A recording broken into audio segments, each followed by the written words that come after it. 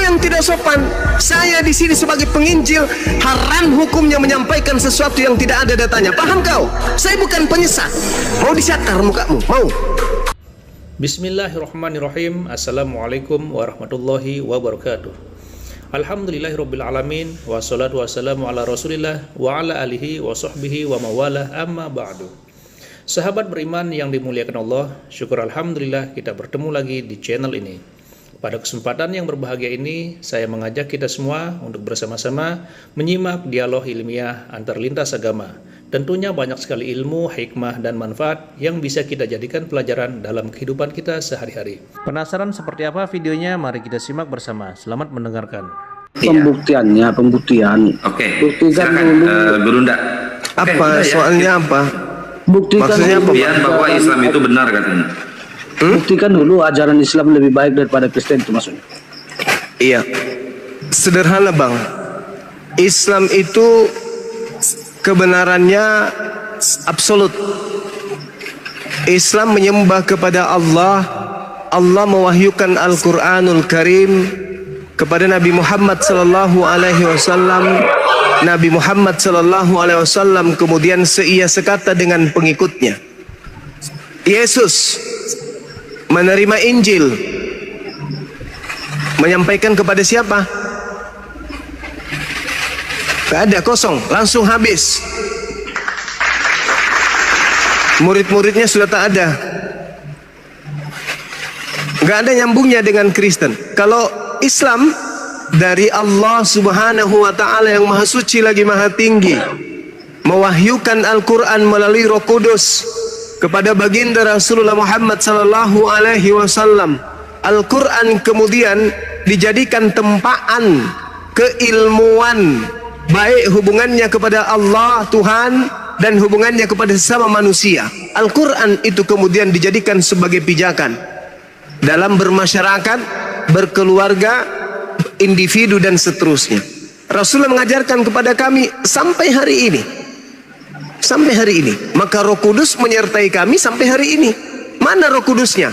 Cakupannya tersimpul di dalam Al-Quranul Karim. Jadi Roh Kudus itu datang mengajarkan Al-Quran. Kalau di Kristen lain.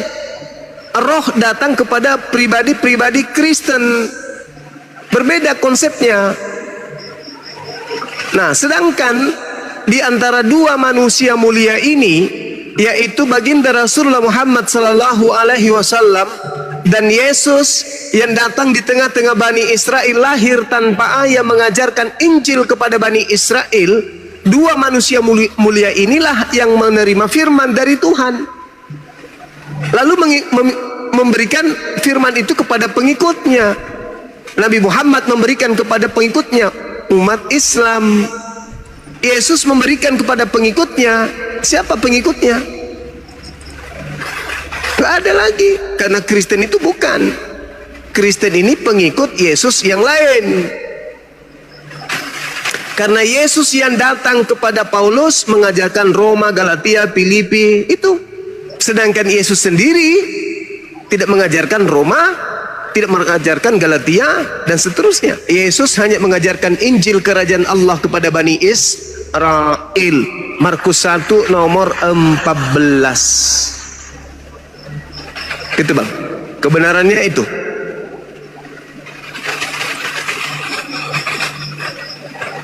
Begini Bang Juma, Silakan. yang saya tanyakan tadi, perbandingan ajaran itu ya. Ajaran Kristen itu kan kasih. Apakah ajaran Muslim seperti itu juga? Saudara, di Islam itu bukan kasih lagi, tapi rahmatan lil alamin, rahmat. Kalau di Kristen mengasihi musuh. Kalau di Islam rahmat lil alamin, rahmat kepada alam semesta. Rahmat itu bahasa Arab, artinya apa? Kasih sayang. Kasih sayang kepada alam semesta. Berarti bukan cuman kepada musuh, tetapi kepada seluruh makhluk yang ada di atas muka bumi ini. Itu kemudian dianjurkan oleh Allah untuk disayangi, dikasihi. Islam rahmatan lil alamin. Sedangkan Kristen menggunakan slogan kasih itu hanya aksesoris, Bang. Itu cuman aksesoris. Kenapa saya katakan itu cuman aksesoris? Coba Anda baca di dalam Matius 22. Apa kata Yesus di sana di Matius 22? Ajaran kasih itu tersimpan. Ayat berapa itu? Matius 22 data berapa itu, Bang? 22 34 kalau nggak salah. 34. Iya, coba Anda baca. Ketika orang Farisi datang, orang Farisi kemudian mendengarkan Yesus dan telah membuat orang-orang Saduki, lalu kemudian berkumpullah mereka. Lalu ahli Taurat ini bertanya untuk mencoba Yesus. Guru, ya paman, manakah yang terutama dalam hukum Taurat? Manakah yang terutama dalam hukum Taurat? Dari situ aja sudah ketahuan kan? Ini membahas tentang hukum Taurat. Sedangkan di Kristen tak ada lagi hukum Taurat. Manakah yang lebih utama dari hukum Taurat? Jawab Yesus kepada mereka, kasihilah Tuhan Elohimmu dengan segenap hatimu, dengan segenap jiwamu, dengan segenap akal budimu. Itulah hukum yang terutama dan yang pertama. Hukum yang kedua yang sama dengan itu adalah kasihi sesamamu manusia seperti dirimu sendiri. Pada kedua hukum inilah tergantung seluruh hukum Taurat dan kitab para nabi. Saya ulang, pada dua hukum inilah, kasih kepada Tuhan, kasih kepada seluruh manusia, tergantung hukum Taurat. Tuh, jadi kasih itu tergantung di Taurat. Sedangkan Paulus berkata dalam Efesus 2 nomor 15, dengan matinya Yesus di atas tiang salib, Yesus telah membatalkan hukum Taurat beserta segala ketetapan dan ketentuan serta perintah yang ada di dalamnya. Dengan kata lain, Yesus menurut Paulus telah membatalkan hukum kasih. Jadi 2 ayat berapa tadi? Matius 22 nomor 34. Efesus 2. Matius 2, Efesus 2 nomor 15. Nomor 15. Ya, dengan matinya Yesus, dia telah membatalkan hukum Taurat beserta segala ketetapan, ketentuan yang ada di dalamnya. Semua ketetapan yang ada dalam hukum Taurat dibatalkan. Dengan kata lain, ajaran kasih yang ada dalam hukum Taurat itu dibatalkan. Gitu, Bang.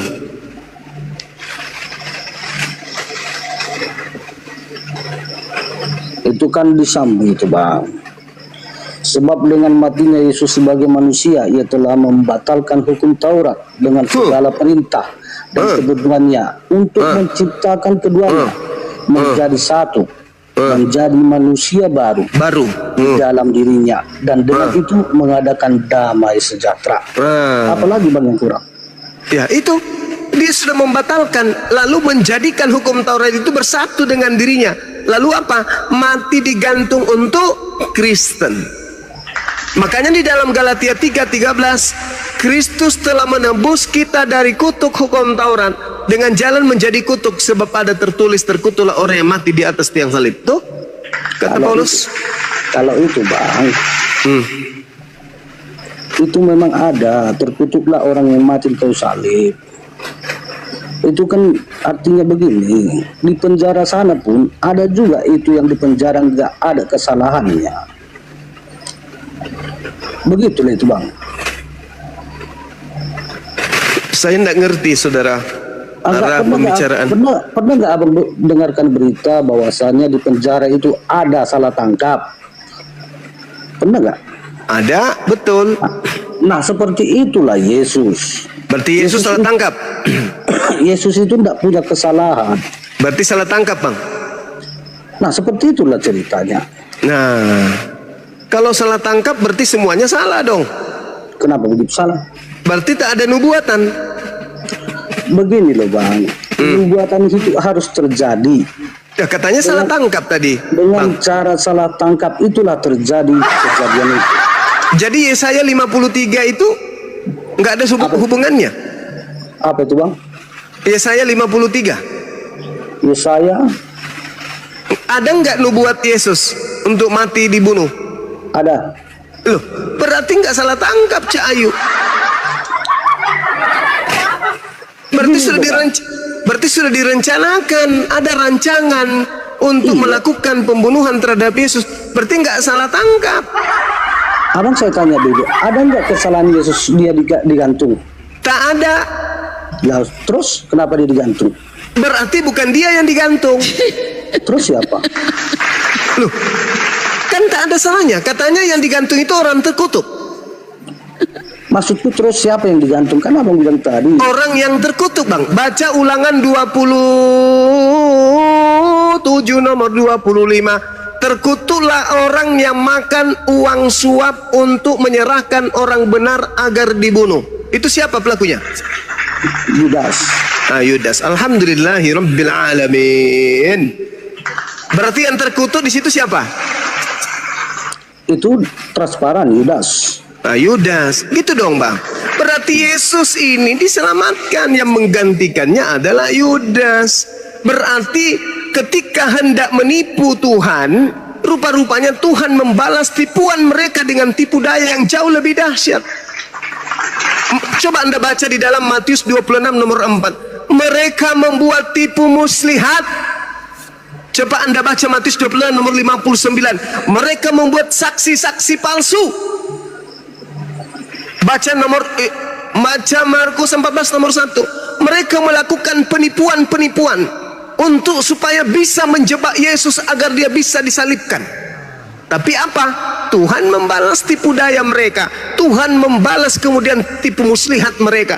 Tuhan membalas kemudian kesaksian-kesaksian palsu mereka. Wa makaru wa makarallah wallahu khairul makirin. Allah adalah sebaik-baiknya pembalas kejahatan. Maka apa yang terjadi? Yesus yang tidak punya salah terangkat ke langit. Yang disalib adalah orang yang terkutuk. Ini dimanfaatkan oleh siapa kemudian? Iblis. Apa buktinya? Coba Anda baca Markus 4. Markus, ya, kita gimana? yang terkutuk dulu. Ya, silakan. Apakah harus yang di kayu salib yang harus terkutuk? Yes. Apakah orang yang mencuri tidak terkutuk juga? Justru terkutuk. Apakah orang yang sedang selingkuh tidak terkutuk juga? Terkutuk juga. Nah, bukan hanya yang orang di kayu salib Bang yang terkutuk. Makanya abang bilang, dengar dulu. Makanya abang bilang tadi Yesus itu disalib, yang digantungkan orang yang terkutuk yaitu Yudas. Ya. Kitab tidak ada disalib Yudas. Loh, lalu yang terkutuk siapa, Bang? Yang terkutuk sesuai dengan perbuatannya, yang menjual Yesus terkutuk. Alasannya karena menjual Yesus. Ya, siapa yang terkutuk di atas tiang salib itu? Orang yang jahat itu, Bang. Bagus, berarti dia bukan Yesus. Syukran, thank you. Anda pintar. Sekarang begini. Sudah saya katakan tadi, Yesus itu disalib itu karena alasannya salah tangkap lah, karena tidak ada kesalahan yang fatal, yang valid. Sedikit pun tidak punya kesalahan Yesus. Kenapa dia disalib? Saudara, ingat tidak? Ketika kemudian Yesus mengatakan kepada Petrus, "Enyahlah engkau iblis. Engkau memikirkan apa yang dipikirkan manusia, engkau tidak memikirkan apa yang dipikirkan Tuhan." Betul? Ya. Ingat? Nah, sekarang pikiran Tuhan adalah Yesus ini mau diselamatkan atau Yesus ini mau dibinasakan. Itu pikiran Tuhan. Pikiran Tuhannya Yesus mau dibinasakan atau Yesus ini mau diselamatkan. Sekarang Bang gini, rancang itu tidak akan melesat. Yesus itu disalib bukan karena apa-apa, Bang. Yesus itu disalib itu sudah karena perjalanan Yesus. Loh, berarti yang mana ini yang benar? Yesus ini orang terkutuk kah? Kalau dia bukan orang terkutuk, berarti bukan dia yang disalib. Mana yang betul? Dudukkan dulu Yesus ini. Dia Gini loh, Bang. Yesus. Gini, dengar dulu, Bang. Ada, udah saya katakan tadi, ada nggak orang yang dipenjara? Ada Bang, ada. Dan kalau itu terjadi kepada Yesus, itu terjadi. Gimana? Orang ada salah tangkap. Ada orang salah tangkap. Ya, berarti pengadilan salah. Gimana? Oke, kejaksaan salah, berkas-berkas salah, keputusan salah, yang memutuskan dan menerima kemudian laporan-laporan penyidik dan seterusnya salah, semua salah. Kalau Anda mengatakan Yesus salah tangkap, berarti Kristen salah iman. Karena imannya Kristen, Yesus datang nebus dosa. Ternyata Yesus salah tangkap, Bang. Mana dong? Gak boleh Anda berlari ke sana. Yang Anda harus jadikan acuan adalah ucapan Yesus. Aku memang harus pergi sesuai apa yang tertulis tentang aku di dalam Taurat, di dalam kitab nabi-nabi, dan di dalam kitab Mazmur. Aku memang harus pergi sesuai dengan apa yang tertulis tentang aku di dalam kitab Taurat, kitab nabi-nabi, dan kitab Mazmur. Kata siapa? Kata Yesus. Tertulis di mana? Lukas 24 nomor 44. Berarti Yesus harus pergi tidak sesuai dengan Paulus, tulisan Paulus, enggak. Tapi harus pergi sesuai dengan apa yang ada di Amsal, apa yang ada di Mazmur, apa yang ada di dalam kitab Taurat. Ketika Yesus ingin digiring, kemudian dilakukan propaganda, dibuat makar agar Yesus ini dihakimi kemudian oleh orang-orang Yahudi melalui tangan eksekutor Romawi. Tuhan sudah berpikir lebih dulu. Amsal 11 sesuai dengan perkataan Yesus, aku memang harus pergi sesuai dengan apa yang tertulis tentang aku di dalam kitab Amsal. Apa dikatakan Amsal 11 nomor 6? Orang yang jujur dilepaskan oleh kebenarannya, tetapi pengkhianat tertangkap oleh hawa nafsunya. Pengharapan orang pengkhianat gagal dan kematian, dari kematiannya, dan harapan orang jahat menjadi sia-sia. Orang benar diselamatkan dari kesukaran, lalu lalu orang fasik mengganti. Kok dusta, Bang? Ini dalil. Amsal 11 nomor 6, nomor 7, nomor 8 Anda katakan itu dusta. Ayat itu bukan nubuatan Yesus, Bang. Itu untuk secara umum. Oke, baik. Saya tanya sama saudara, Yesus orang benar atau bukan? Begini ya, dengar. Tadi waktu dibilang kawan itu salah tangkap, abang bilang harus sesuai dengan nubuatan. Sudah sesuai dengan nubuatan, abang bilang si Judas yang Hey, kalau tidak sesuai dengan nubuatan, baru Anda katakan salah tangkap. Kalau sesuai dengan nubuatan, tadi dibilang abang itu berarti salah tangkap. Abang bilang kalau salah tangkap tidak sesuai dengan nubuatan. Betul sekali. Benar 100%. Secara nubuatan kalian bilang Yudas yang ditangkap. Kayak mana secara pemikiran kalian? Sekarang kalau sudah dinubuatkan, saudara, kalau sudah, saya tanya, Bang. Kamu yang harus jawab pertanyaan saya. Yesus yang dinubuatkan untuk mati di salib atau bukan? Ya, dinubuatkan, Bang. Kenapa Anda mengatakan salah tangkap? Sekarang gini, saya tanya. Sekarang begini. Kalau sudah punya nubuatan mati di salib dan Yesus yang disalib, berarti tidak salah tangkap. Apa sih orang ini? Kamu yang mengatakan Yesus salah tangkap, berarti tak ada nubuatan dong kalau gitu. Sekarang Anda merengek, adalah nubuatannya untuk siapa? Untuk Yesus. Berarti kalau Yesus ditangkap dan dibunuh, berarti salah tangkap nggak? Nggak salah, karena sudah ada nubuatan. Berarti Yesus ini benar-benar orang terkutuk. Paham? Paham sampai situ? Paham situ, Bang? Paham? Enggak. Berarti yang mana yang betul? Dinubuatkan tidak salah tangkap. Kalau tidak dinubuatkan salah tangkap.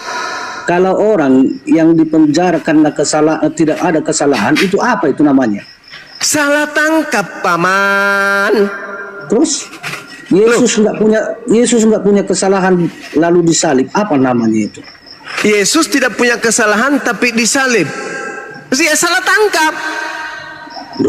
Ya, salib kalau begitu. Orang nggak punya Salah tangkap berarti tak ada nubuat. Abang ini gimana? Itu sudah dibuatkan, tetapi dengan cara salah tangkap itulah, dengan cara salah coba tangkap kamu, saudara, kamu tunjukkan kepada saya ada nubuatannya salah tangkap. Sekarang ini, Bang. Hei, saudara, yang saya bacakan dalil, dengar, pelan-pelan ya, pelan-pelan saya bacakan dalilnya ya. Orang yang jujur dilepaskan oleh kebenarannya. Pertanyaan saya, Yesus orang benar atau bukan? Cocok itu salah tangkap, bukan Yesus yang ditangkap, bukan Yesus disalib. Saya ulang lagi. Benar. Orang yang jujur dilepaskan oleh kebenarannya. Akulah jalan, akulah kebenaran. Yesus dilepaskan atau tidak? Yesus itu lepas. Dilepaskan? Bukan dari yang hidup, tapi setelah dia mati. Ketawa. Setelah dia mati kan hidup lagi. Ada orang yang jujur dilepaskan oleh kebenarannya, tetapi pengkhianat tertangkap. Siapa yang pengkhianat? Yesus rupanya. Yesus kan lepas setelah dia mati. Yang tertangkap siapa? Kalau masalah tertangkap itu banyak itu, Bang. Bukan mengarah ke Yesus itu. Ulaikahum Jangan fokus ke Yesus masalah tertangkapnya. Jangan fokus ke Yesus. Siapa yang bersalah pun kena tangkap itu. Jangan fokus ke Yesus. Yesus itu selamat. Yukhadi'una Allah walladzina amanu wa ma yakhda'una illa anfusahum wa ma yasrun. Anda ingin menipu Allah dan menipu orang-orang beriman, tapi sesungguhnya Anda sedang menipu diri Anda sendiri loh. Juma yang sedang berdusta, Yesus itu orang yang mengajarkan kebenaran, betul? Juma yang berdusta. Dia nggak mau kan, dia melindungi Yesus palsu, dia lindungi Yesus palsu. Sekarang begini saudara, kenapa kalian ini Kristen pingin kali Yesus mati, padahal Yesus itu orang benar? Kenapa? Apa bedanya Anda dengan iblis? Kutanya dulu. Mau tahu nggak iblis itu? Iblis datang mencobai, membawa kebumbungan bait suci agar Yesus mati. Nggak berhasil, Yesus dibawa ke padang gurun. Nggak berhasil lagi, Yesus dihantarkan lagi supaya Yudas berkhianat agar Yesus dibunuh. Oke? Setelah itu iblis berusaha lagi merasuki imam kepala, mahkamah agama, orang Farisi, ahli Taurat agar Yesus dibunuh. Iblis pingin kali Yesus dibunuh. Kenapa kalian juga pingin Yesus dibunuh? Bedanya antara kalian dengan iblis apa? Jawab saya.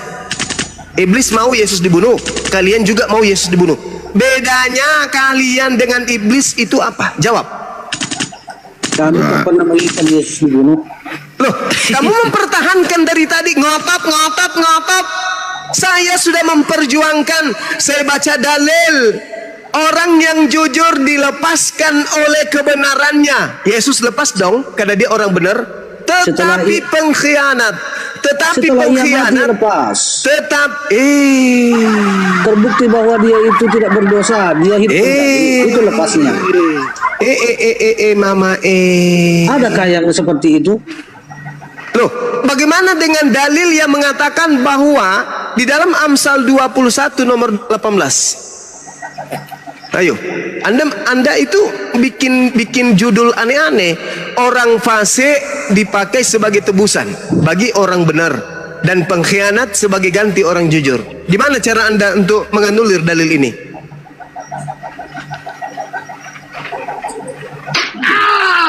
Oke, debat. Ayo, bukan jual Alkitab. Lupa bawa Alkitab. Yesus berkata, aku memang harus pergi sesuai dengan apa yang tertulis tentang aku di kitab Amsal. Amsal 21:18, orang fasik, Paulus itu apa? Si Yudas itu fasik. Orang fasik dipakai sebagai tebusan bagi orang benar. Yesus orang benar. Nggak ada Yesus ngomong gitu, cuma kau dusta aja. Apa? Dusta aja kerjamu. Nggak ada bilang Yesus aku akan terjadi nubuatanku seperti di kitab Amsal. Nggak ada Yesus ngomong gitu. Kau dusta aja kerjamu. Kalau ada gimana? Nggak ada itu, nggak ada. Kalau ada kucakar mulutmu, boleh? Itu cuma. Kutanya dulu samamu. Kalau ada tertulis boleh aku cakar mulutmu? Ini gak sopan ini Juma ini. Lah kamu yang tidak sopan. Kau bilang saya pembohong barusan. Kau bilang saya nipu-nipu barusan. Kau yang tidak sopan. Saya di sini sebagai penginjil, haram hukumnya menyampaikan sesuatu yang tidak ada datanya. Paham kau? Saya bukan penyesat. Saya menghantarkan kau kepada kebenaran. Yesus berkata di dalam Lukas 24 nomor 44. Inilah perkataanku yang telah kukatakan kepadamu ketika aku masih bersama-sama dengan kamu, yakni bahwa harus digenapi semua yang ada tertulis tentang aku di dalam kitab Taurat Musa, kitab Nabi-Nabi, dan kitab Mazmur. Tuh tertulis. Mau dicakar mukamu? Mau kucakar mukamu? Mau?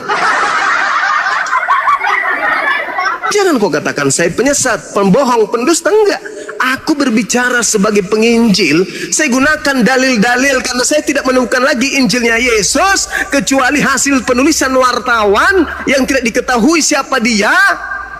Jadikan sebagai data untuk menyadarkan kamu, karena kitab ini yang Anda gunakan untuk menyesatkan diri Anda sendiri. Yesus loh yang berkata, perkataanku yang telah kukatakan kepadamu ketika aku masih bersama-sama dengan kamu, yakni harus digenapi semua yang tertulis tentang aku di dalam kitab Taurat Musa, kitab Nabi-Nabi, dan kitab Mazmur.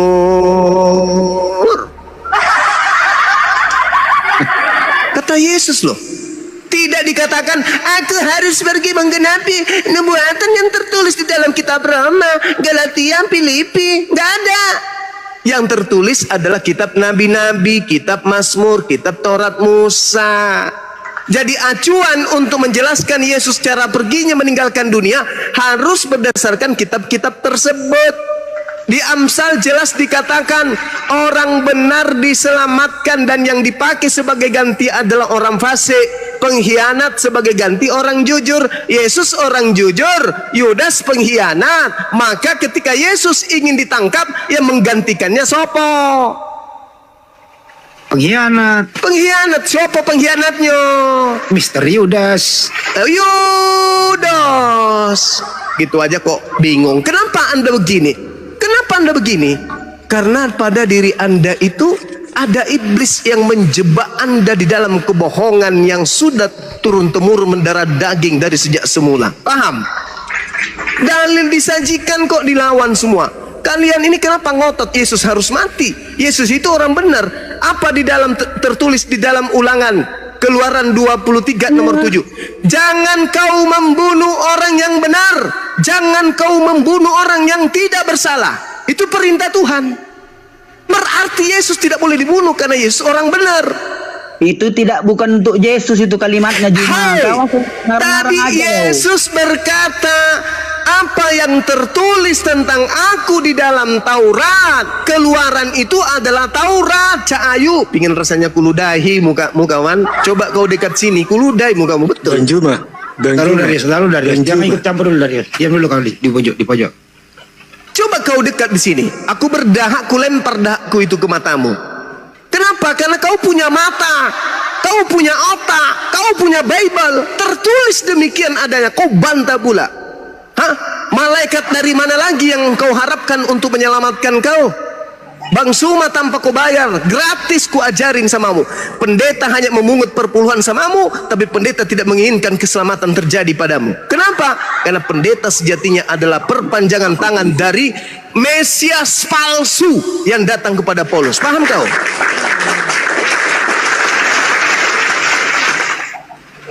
Keluaran mengatakan jangan kau membunuh orang yang tidak bersalah. Yesus ada salah enggak? Ada dong. Enggak ada. Yesus itu manusia suci loh. Berarti nggak boleh dibunuh Yesus itu. Ketika orang-orang Yahudi berupaya karena iri dengki cemburu kepada kehebatan Yesus, mereka berkongkol untuk membunuh Yesus. Mereka melakukan tipu muslihat sampai di dalam Matius 27 nomor 18. Apa kata Pilatus? Orang-orang ini bersekongkol menyerahkan Yesus karena dengki. Mereka dengki, ingin menyerahkan Yesus. Apakah Tuhan pencipta langit dan bumi yang telah mengutusnya membiarkan orang dengki membunuh orang yang disucinya, orang yang disukainya? Gak mungkin. Apa yang terjadi? Yaitu tadi Amsal 21:18, pengkhianat yang menggantikan dia. Kalian disesatkan oleh Mesias palsu itu dengan memanfaatkan penyaliban. Coba Anda lihat di dalam Markus 4. Boleh dibuka Markus 4, Bang Handi atau Bunda Rahma? Nomor Di data nomor 4, nomor 5, nomor 6, nomor 7, nomor 7, nomor 7, nomor 8, nomor 14. Sorry. Bukan ini, bukan Markus, tapi Lukas 4 coba. Satu perikop, Bang. Kalau saya tidak salah, ada tertulis perikopnya percobaannya perikopnya percobaan di padang gurun. Betul, Bang Handi minta tolong dibacakan, Bang. Dibacakan kemudian dari data 4. Jawab Yesus kepadanya, ada tertulis, manusia hidup bukan dari roti saja. Kemudian ia membawa Yesus ke suatu tempat yang tinggi. Iblis ini ya? Iya. Dan dalam sekejap mata ia memperlihatkan kepadanya semua kerajaan dunia. Kata iblis. Segala kuasa serta kemuliaan akan kuberikan kepadamu, sebab semua itu telah diserahkan kepadaku. Dan memberikannya kepada siapa yang kehendaki. Jikalau engkau menyembah aku, seluruhnya itu akan menjadi milik. Yesus berkata, ada tertulis, engkau harus menyembah kepada siapa? Kepada Tuhan Allah yang ada di langit, dan hanya kepada Dia saja engkau berbakti. Terus? Kemudian ia membawa Yesus ke Yerusalem dan menempatkan dia di bumbungan bait Allah, lalu berkata kepadanya, jika engkau anak Allah, jatuhkan dirimu ke bawah. Terus? Sebab ada tertulis mengenai engkau, ia akan memerintahkan malaikat-malaikatnya untuk melindungi engkau, dilindungi. Dan mereka akan terus menantang engkau di atas tangannya supaya kakimu jangan terantuk kepada batu. Yesus menjawabnya, ada firman, jangan engkau mencobai Tuhan Allahmu sesudah iblis. Endingnya nomor 13. Sesudah iblis mengakhiri semua pencobaan itu, iblisnya mundur dari Yesus dan apa, Bang Hadi? Menunggu waktu yang baik. Menunggu waktu yang baik.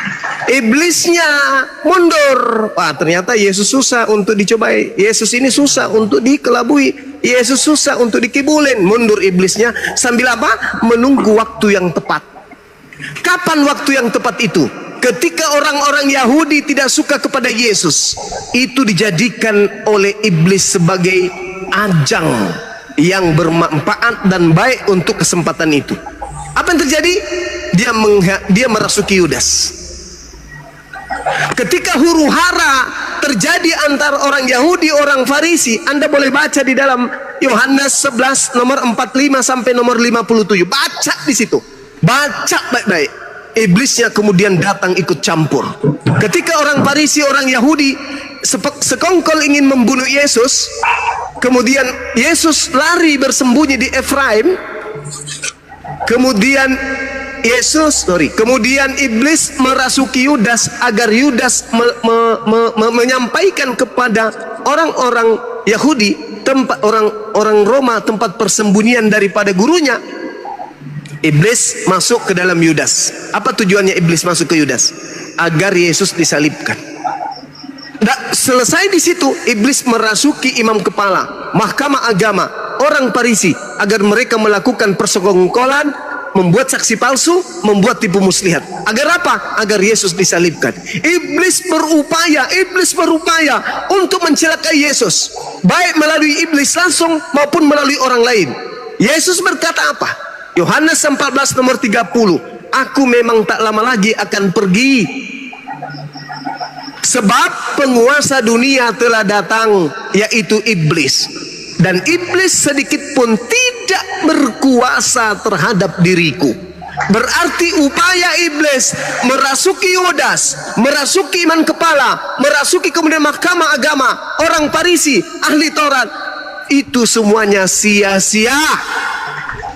Iblis tidak berhasil. Iblis tidak akan berkuasa sedikit pun terhadap diriku, kata Yesus. Itu kata Yesus. Maka ketika kemudian mereka gagal semuanya, Yesusnya terangkat ke langit, maka apa yang terjadi? Iblis kemudian datang berpura-pura menjadi Mesias. Itulah yang dinubuatkan Yesus. Waspadalah kepada iblis yang datang ke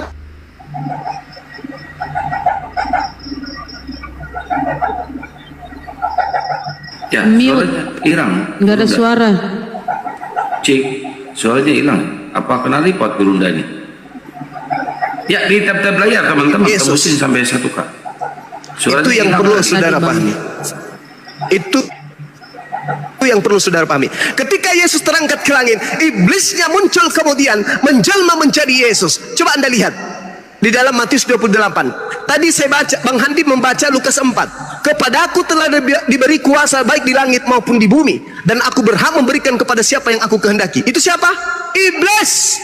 Lihat di Matius 24, Matius 28, nomor 18. Kemudian Yesus memanggil mereka dan berkata kepada mereka, kepadaku telah diberikan kuasa baik di langit maupun di bumi.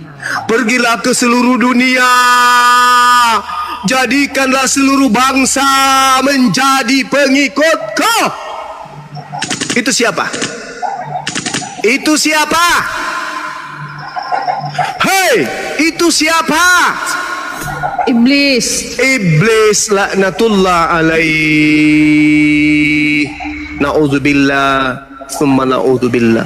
Kita berlindung kepada godaan iblis yang datang menggoda melalui saudara-saudara Kristen.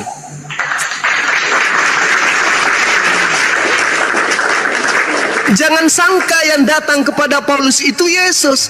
Jangan sangka yang datang kepada pengikut Yesus itu adalah Yesus. Bukan. Sesuai dengan pengakuan Yesus, waspadalah kepada penyesat yang datang kepadamu dengan memakai namaku, memakai nama Yesus, dan berkata akulah Yesus, dan berkata dia adalah Mesias. Dia akan menyesatkan banyak manusia. Matius 24 nomor 4 nomor 5. Aku berkata kepadamu, aku diutus hanya kepada domba-domba yang hilang dari umat Israel. Tiba-tiba berubah. Pergilah ke seluruh dunia, beritakanlah, ajaklah, jadikanlah seluruh bangsa menjadi muridku. Padahal itu bukan Yesus yang asli. Yesus yang asli mengatakan, aku hanya diutus kepada domba yang hilang dari umat Israel. Yesus palsunya, pergilah kepada seluruh bangsa, jadikanlah seluruh bangsa menjadi muridku. Itu bukan Yesus asli. Itulah Yesus palsu yang dinubuatkan oleh Yesus asli. Makanya endingnya di mana? Camkan baik-baik saudaraku, Acoy dan Ersitorus dan juga Darius. Camkan pernyataan saya. Makanya endingnya di mana? Matius 7 nomor 22-23. Pada hari terakhir nanti, Kristen-Kristen akan memanggil aku Tuhan. Bukankah kami bernubuat, mengusir setan, bermujizat pakai namamu juga? Apa kata Yesus? Pada saat itulah aku akan berterus terang kepada Kristen, nyala daripadaku, kalian semua adalah pembuat kejahatan. Aku tidak mengenal kalian.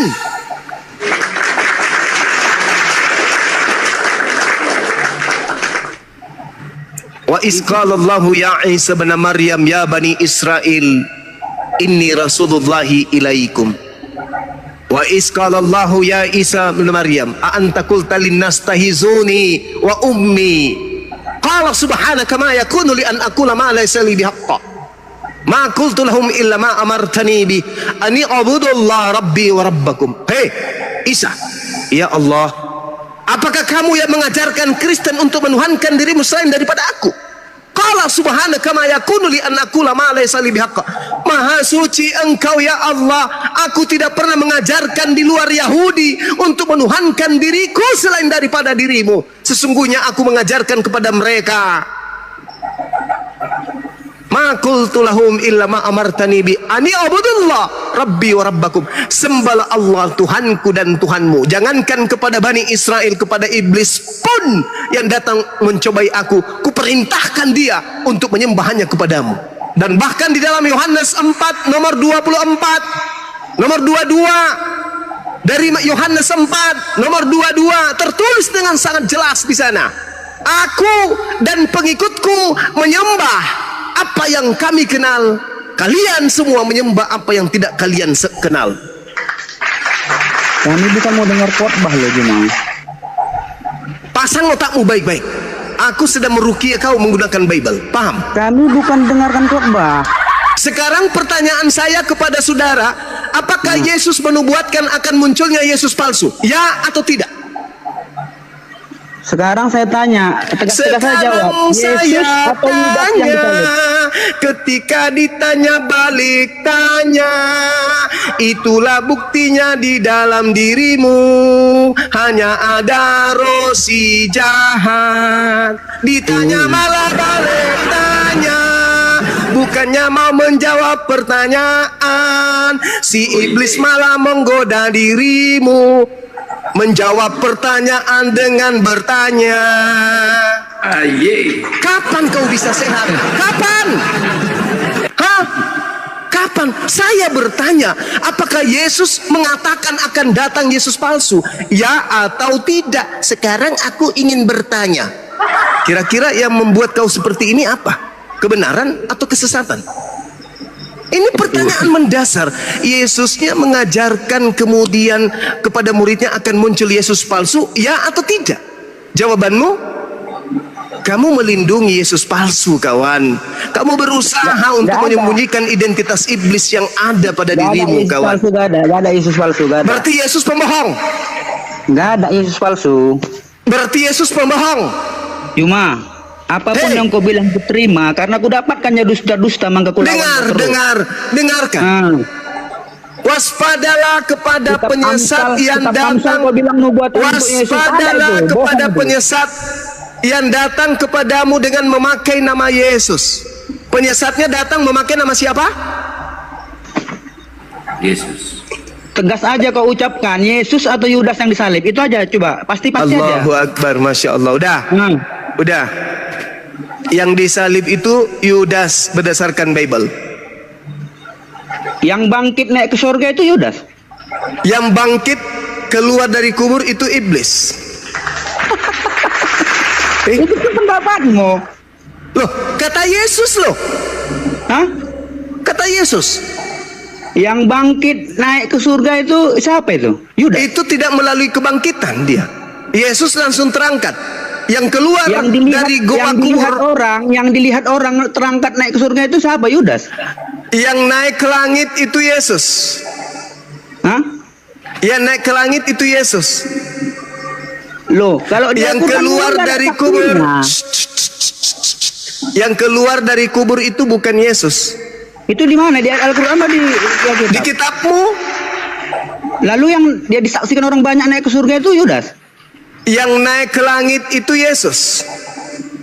Yang kau jawab, yang disaksikan orang banyak itu yang naik ke surga itu Yudas atau Yesus? Yesus yang terangkat ke langit.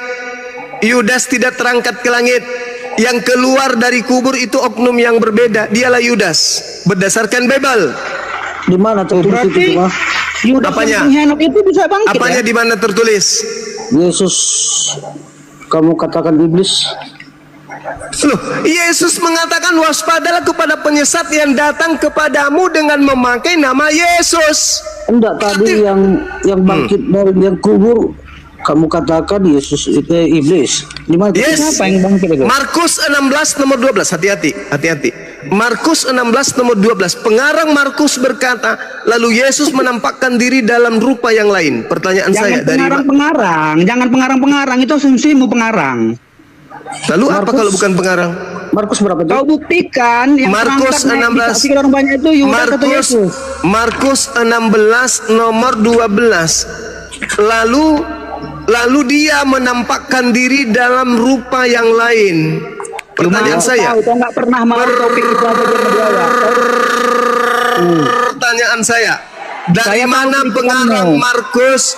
Dari Ayat mana ini pengarang dibuka, Markus? ayat ini dibuka. Dari mana pengarang Markus tahu kalau itu adalah Yesus? Jawab. Silakan. Silakan. Ayo. Jawab. Dari mana? Yang jelas yang nampak oleh Markus bukan Yesus. Tadi enggak, bukan itu. Tadi yang keluar dari Pindah lagi. Itu terus di mana itu pertanyaanku tadi? Yang mana? Tadi pertanyaan bukan yang keluar dari liang kubur itu, yang bangkit dari liang kubur itu iblis. Cuma Ya. bilang, di mana tertulisnya pertanyaanku? Pertanyaannya bahwa iblis, coba Anda lihat kemudian tanda Yunus, Matius 12. Apa kata Yesus? Angkatan jahat ini minta satu tanda, dan tidak akan diberikan satu tanda kepada angkatan jahat melainkan 3 hari 3 malam di perut bumi. Berarti hari ketiga keluar dari perut bumi. Itu tanda untuk siapa? Jawab. Jawab. Kenapa fokus ke iblis? Lah, keluar dari kubur itu adalah angkatan jahat. Baca Yesaya 14 nomor 15. Coba baca. Bacakan saya ingin dengar. Bacakan saya, Bang. Bacakan saya. Jangan lari-lari ayatnya. Yesaya 14. Aduh, gimana sih? Gimana? Emang di dalam kitab, saya mau tanya sama Anda. Di dalam kitab saudara ini bertalian enggak antara kitab perjanjian lama perjanjian baru? Bertalian enggak? Begini, kemangka ketahuan dustamu. Kalian bilang yang ditangkap dan dikubur Yudas. Ini udah kau bilang yang keluar iblis. Di siapanya Yudas atau iblis yang dikubur ini? Hei, yang keluar dari kubur itu bukan Yudas.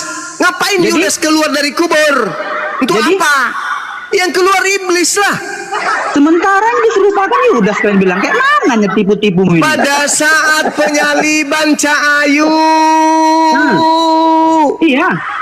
Yudas Setelah dia turun dari kubur, yang keluar dari kubur itu adalah iblis. Yesaya 14:15 sebaliknya, ke dalam dunia orang mati engkau diturunkan, ke tempat yang paling dalam di liang kubur engkau dimasukkan. Siapa itu? Lucifer kan? Kenapa Yesus menjadikan tanda keluar dari kubur itu sebagai tanda untuk angkatan jahat? Tanya dulu. Matius 12 nomor 38. Nomor 38. Ya, silakan. Oke, tunggu sebentar ya. Silakan, Saul. Habis kau baca baru kau tertawa. Pada waktu itu berkatalah beberapa ahli Taurat dan orang Farisi kepada Yesus, "Guru, kami ingin melihat suatu tanda daripadamu." Tetapi jawab Yesus kepada mereka, "Angkatan yang jahat dan tidak setia ini menurut suatu tanda." Menuntut, bukan menurut. Baca yang betul. Menuntut suatu tanda. Bagus. Tetapi kepada mereka tidak akan memberikan tanda. Tidak akan diberikan, bukan memberikan. Baca yang betul. Tidak akan diberikan tanda selain tanda Nabi Yunus. Sebab seperti Yunus tinggal di dalam perut ikan 3 hari 3 malam. Demikian juga bumi 3 hari 3 malam. Pada waktu penghakiman, orang-orang demikian juga anak manusia akan tinggal di dalam rahim bumi.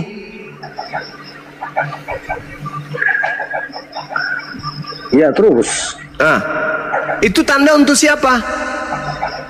Lanjutlah cuma jangan separuh dulu. 3 hari 3 malam. Saya tanya, itu tanda untuk siapa? Yesus. Tanda untuk siapa? Yesus. Ini perkataan itu Yesus. Yang tadi minta tanda siapa? Angkatan yang jahat. Angkatan jahat. Kalau sudah 3 hari di dalam perut bumi ngapain? Lanjut ke hari keempat atau bangkit? Demikian juga anak manusia akan tinggal di dalam rahim bumi 3 hari 3 malam. 3 malam. Setelah 3 malam, besoknya bangkit atau tidak? Bangkit. Bangkit. Itu simbol tanda untuk siapa? Sabar dulu cuma kita baca dulu semua. Pada waktu penghakiman orang-orang Niniwe akan bangkit bersama angkatan ini dan penghukumannya juga sebab orang-orang Niniwe itu bertobat setelah mendengar pemberitaan Yunus. Terus iya, apa? Sesungguhnya yang ada di sini lebih daripada Yunus. Berarti lebih jahat kan? Lebih dari Yunus. Yunus tahu orang jahat Yunus. Tidak, bukan orang Niniwe. Pada waktu penghakiman orang-orang Niniwe akan bangkit bersama angkatan ini dan menghukumnya juga sebab orang Niniwe itu bertobat setelah mendengar pemberitaan Yunus. Dan sesungguhnya yang ada di sini lebih daripada itu. Artinya angkatan jahat ini lebih daripada orang-orang Niniwe. Sekarang pertanyaannya kepada saudara, ini keluar dari kubur pada pagi hari di hari ketiga itu angkatan Yunus itu simbol untuk angkatan jahat atau angkatan baik?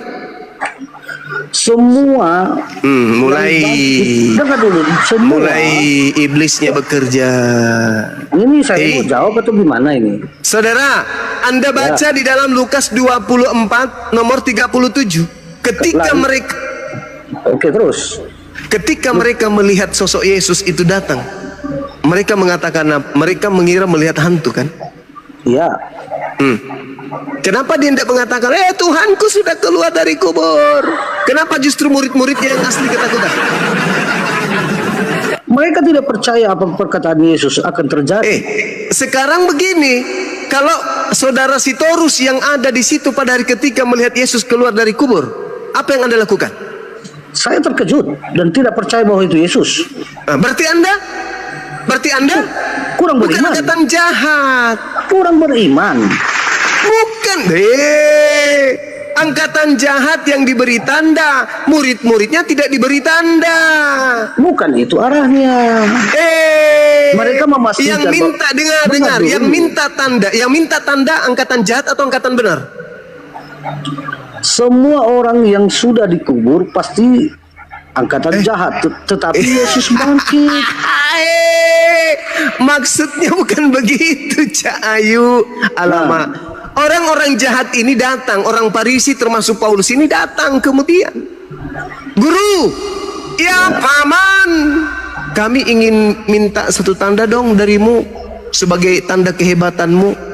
Angkatan jahat ini tidak akan diberikan satu tanda kecuali tanda Yunus, sebab Yunus 3 hari 3 malam dalam perut ikan, demikian juga anak manusia akan berada dalam perut bumi 3 hari 3 malam. Berarti hari ketiga lanjut nggak dia keempat? Enggak kan? Nggak ada lanjut, dia bangkit. Berarti bangkit. Nah, ini tanda untuk siapa? Yesus. Nah, itu kan ini gimana saudara ini? Yang minta tanda kok Yesus? Yang minta tanda di situ angkatan jahat. Maka diberilah tanda angkatan jahat ini. Apa itu? Bangkit pada hari ketiga. Anda percaya ada Tuhan keluar dari goa kubur? Anda angkatan jahat, Cak Ayu. Makanya enyahlah daripada aku, kalian semua adalah pembuat kejahat. Ketika makhluk ini keluar, ketika keluar makhluk ini, apakah berhenti menyesatkan? Tidak. Pergilah kepada seluruh bangsa, jadikanlah seluruh bangsa menjadi muridku. Tuh aksinya tuh. Dirasukinya Paulus, dirasukinya Ananias, dirasukinya Markus, dirasukinya Matius, dirasukinya semua pengarang pengarang wahyu juga dimasuki, dirasuki semuanya. Lahirlah agama Kristen. Anda membantah saya, membantah dalil. Anda menolak saya, menolak Yesus. Anda kemudian ingkar terhadap penyampaian saya, berarti Anda kemudian ingin kekal di neraka. Dah, kewajiban saya sudah selesai. Saya tidak menghina, saya tidak menghujat, saya hanya membaca data. Anda mau percaya, silakan.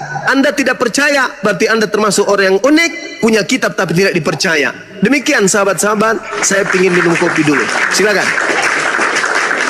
Silakan sahabat yang lain diambil alih. Saya mau bikin masaku dulu, saya pusing. Masaku campur kombantrin. Lanjut. Masaku campur kombantrin. Sehat.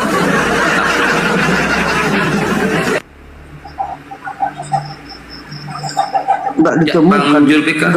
Nggak ditemukan bahwasanya iblis tadi yang keluar dari kubur itu. Waalaikumsalam Kang Kian Santang. Assalamualaikum para gurunda. Waalaikumsalam. Tidak ditemukan iblis keluar di mana? Tadi kan cuma bilang yang keluar dari liang kubur itu iblis, nggak ada ditemukan. Yang telak dari iblis katanya nggak ada. Cuman ambil data dari sana, ambil data dari sana, ambil data dari sana.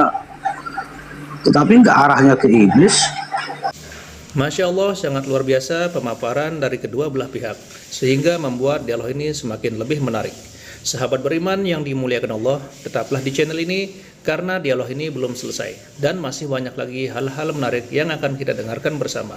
Selamat mendengarkan. Ersitorus, Paulus pernah mengatakan bahwa dia sudah dipilih sejak dari kandungan ibunya. Nah, di dalam Mazmur menuliskan dan mengatakan bahwa penyesat-penyesat itu berasal dari kandungan-kandungan ibunya. Nah, itu dia. Nah, itu yang pertama, Ersitorus. Ya. Dan yang kedua begini. Di dalam Kisah Para Rasul, Paulus mengaku pernah bertemu dengan Yesus, sementara yang dia temui hanyalah seberkas cahaya. Dan cahaya itu berkata, "Akulah Yesus yang telah engkau aniaya." Kalau teman-teman Kristen ingin memperkuat ayat itu, pertanyaan yang simpel dari saya, di mana Paulus pernah menganiaya Yesus secara fisik? Di mana? Paulus menganiaya Yesus. Menganiaya. Mana Paulus menganiaya Yesus secara fisik?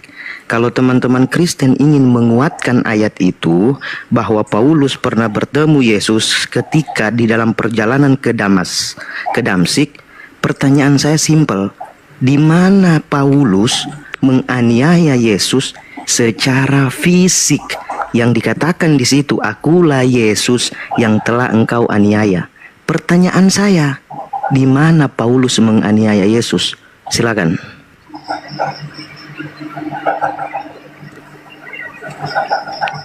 Ya, jangan macet Bang Storus. Mungkin penganiayaan secara rohani mungkin ya.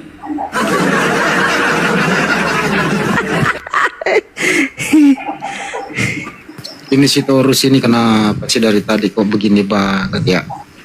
Si Torus, maaf teman-teman, tadi saudara belum menangkap penjelasan saya terkait dengan iblis itu.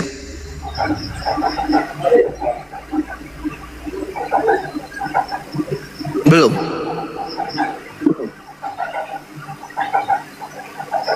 Belum, Paman. Ini dengarkan baik-baik, terutama juga teman-teman apologet Islam yang pemula. Ketika iblis datang kepada Paulus di dalam Lukas 4 nomor 6, kata iblis kepadanya, ini bocorannya itu di sini nih. Segala kuasa serta kemuliaan akan kuberikan kepadamu, sebab semua itu telah diserahkan kepadaku, dan aku memberikannya kepada siapa saja yang ku kehendaki. Itu iblis. Segala kuasa telah diberikan kepadaku, dan aku berhak dan aku bisa memberikan kepada siapapun yang aku kehendaki. Itu iblis. Saya ulang ya. Iblis berkata segala kuasa telah diberikan kepadaku. Coba Anda lihat di dalam Matius 28 nomor 18. Setelah diberitakan Yesus bangkit, Yesus ngaku segala kuasa di bumi telah diberikan kepadanya. Itu siapa itu? Itu siapa yang ngaku tadi di Lukas 24 itu? Lukas 4 nomor Iblis kan? Ada nggak Yesus mengaku demikian? Di mana? Di mana Yesus pernah diberi kuasa di bumi dan di langit saat penginjilan? Di mana? Yesus berkata, makananku melakukan kehendak Bapa. Aku bekerja sebagaimana Bapa aku melihat bekerja. Yohanes 4 nomor 34. Yohanes 5 nomor 19. Aku berkata kepadamu, sesungguhnya anak tidak dapat mengerjakan sesuatu dari dirinya sendiri jikalau ia tidak melihat Bapa mengerjakan, sebab apa yang dikerjakan Bapa itu juga yang dikerjakan oleh anak. Yohanes 5 nomor 30. Aku tidak dapat berbuat apa-apa dari diriku sendiri. Yohanes 3 nomor 16. Inilah anakku, kepadanya aku berkenan, bukan malah memberi kuasa. Dia hanya berkenan kepada anaknya. Akulah jalan menuju kepada Allah. Yohanes 14 nomor 6. Bukan malah jadi Allah, bukan menjadi Tuhan. Aku jalan menuju kepada Tuhan, bukan menjadi Tuhan. Jadi yang datang kemudian kepada orang-orang termasuk murid Yesus yang mengatakan kepadaku telah diberi kuasa, itu bukan Yesus. Aku tidak dapat berbuat apa-apa dari diriku sendiri, itu baru Yesus. Tapi yang berkata kepadaku telah diberi kuasa baik di langit maupun di bumi, itu bukan Yesus, itu iblis. Tadi sudah kuterangkan Lukas 4 nomor 6. Tapi Anda ini ngeyel. Iblis berkata kepadaku telah diberi kuasa di bumi.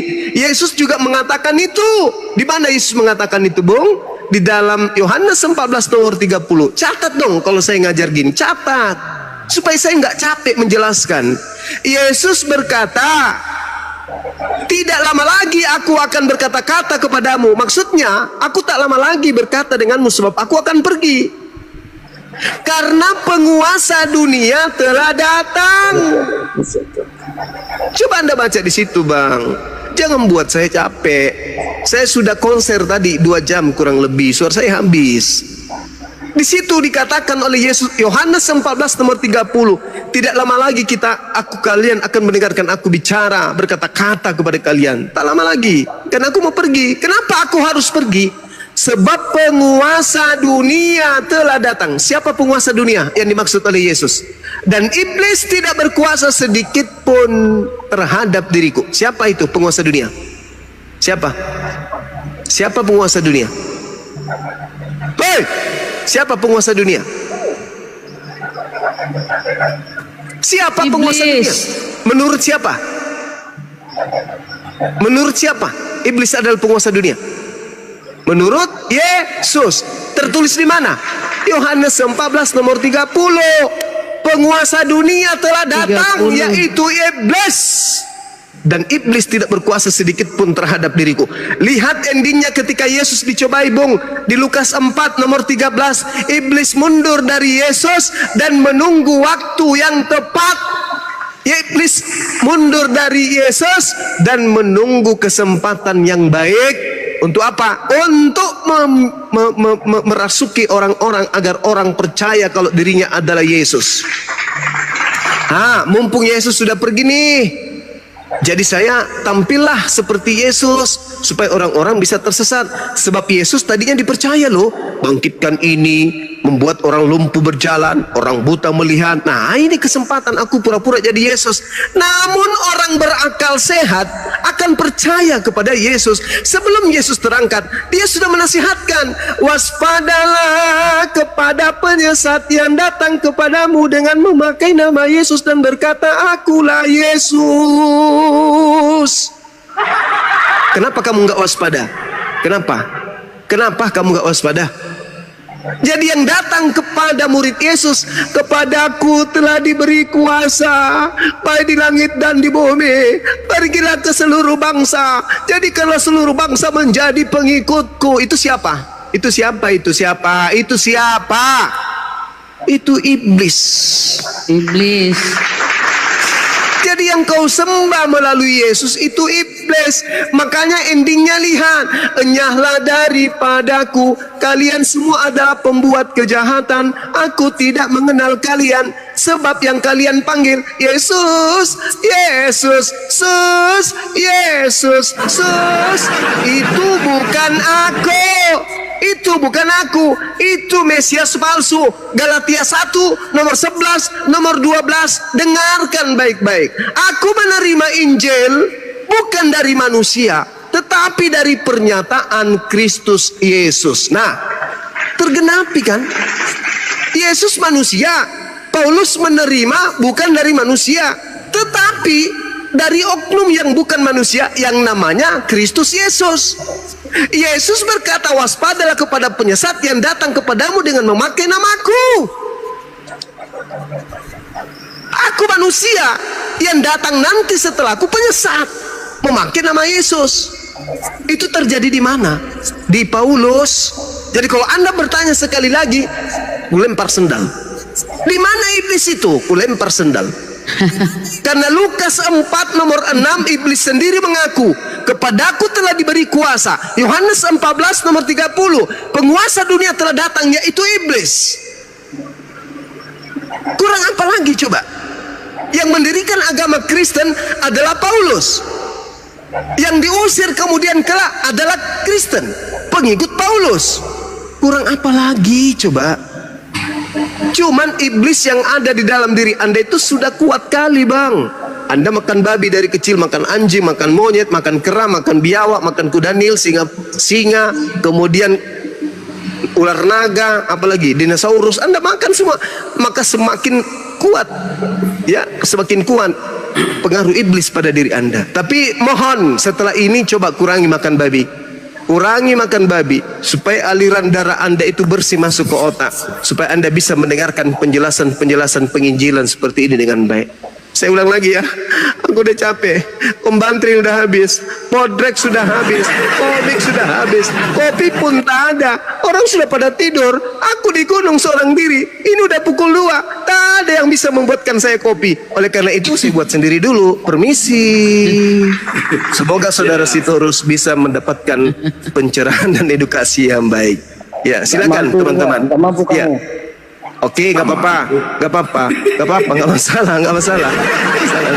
Itu bukti bahwa iblis yang ada dalam diri Anda itu sangat kuat. Oke, thank you. Itu bahasa iblis semua. Nggak masalah, Bang, nggak masalah. Iblis saya tahu kalau saudara sudah merasukimu. Saya tahu kalau saudara Sitorus itu sebenarnya menyadari kebenaran apa yang saya sampaikan. Hanya karena iblislah yang menuntun Anda untuk menolak kebenaran itu. Ingat, saya membaca Bible. Saya membaca Bible. Ingat, Bung, ya, saya tidak membaca Quran, saya baca Bible. Sekarang, iya, neraka juga butuh penghuni.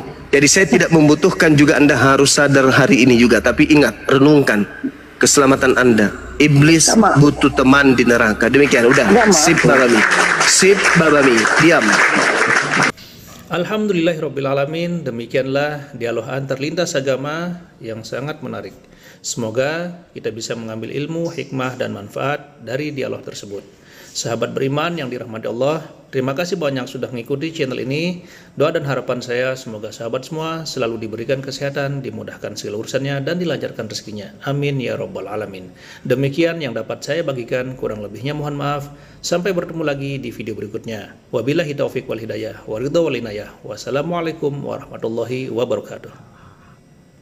Setelah kita mendengarkan bersama dialog ilmiah antar lintas agama, sekarang mari kita lanjutkan aktivitas kita masing-masing. Semoga kita semua bisa mengambil ilmu, hikmah, dan manfaat dari dialog tersebut. Buat sahabat semua, saya ucapkan terima kasih banyak, selamat beraktivitas, dan sukses selalu. Tetap jaga persatuan. Sampai bertemu lagi di video berikutnya. Wassalamualaikum warahmatullahi wabarakatuh.